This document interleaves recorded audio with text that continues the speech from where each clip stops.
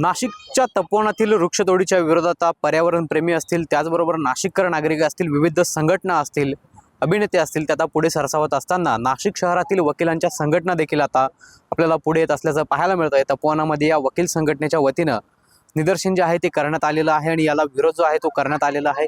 आपण जर या ठिकाणी बघितलं तर आपल्याला हे नाशिक कोर्टातील सर्व वकील जे आहेत त्या ठिकाणी पाहायला मिळत आहेत। आपण या ठिकाणी घोषणाबाजी केलेली आहे, झाडं तोडण्याला आपला देखील विरोध असल्याचं आपल्याला पाहायला मिळतंय। काय सांगा? या ठिकाणी साधुग्रामच्या नावाखाली ह्या तपोवनातली 1800 झाडं तोडण्याचा जो नगरपालिकेने थाट घातला आहे तो अत्यंत वाईट, चुकीचा आहे, अन्यायी आहे।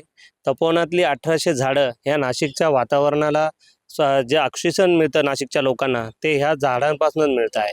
जर का इथली झाडं जर नष्ट झाली तर एक प्रकारचं इथं तपोवन नावाचं वनच राहणार नाही, तर मग इथं तपोवन नसल्यानंतर इथं काही हेच नाही होणार। त्याच्यामुळं तपोवन वाचवण्यासाठी आज आम्ही वकील लोक या ठिकाणी एकवटलो आहे। संविधान सन्मान वकील समितीतर्फे आम्ही सर्व लोक नाशिकमध्ये तपोवन वाचवण्यासाठी एकत्र झालेलो आहोत।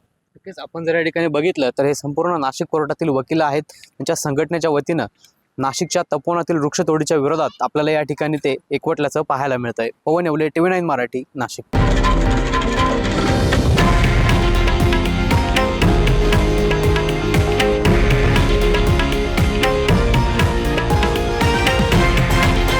हे आहे देशातील नंबर 1 न्यूज नेटवर्क आणि आपण पाहत आहात TV9 मराठी, एकमेव।